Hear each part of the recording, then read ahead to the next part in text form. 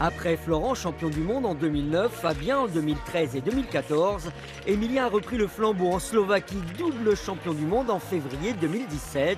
2 médailles d'or supplémentaires dans la collection familiale, 16 internationales au total pour les 3 frangins, une tradition dans laquelle Emilien, le cadet, s'inscrit sereinement. Quand on voit les frères et la famille qui commencent à ramener beaucoup de médailles, on a toujours envie d'en ramener plus et de faire comme eux.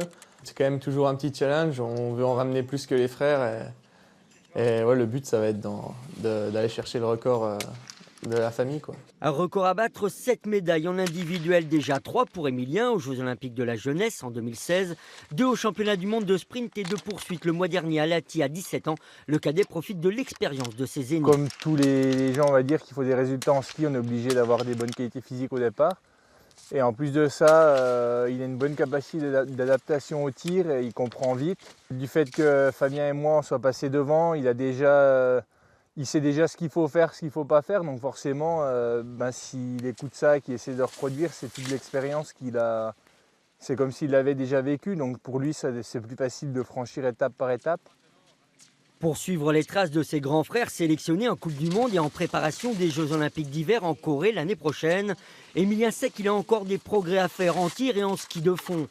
Son objectif, les Jeux Olympiques d'hiver de Pékin en 2022, son rêve y participer avec ses frères. S'imaginer les 3 sur le même événement, un événement olympique, ce serait magique, quoi. Après un mois de février en or, la fin de saison s'annonce chargée pour Emilien. 2 manches des championnats de France, sans oublier le passage du baccalauréat.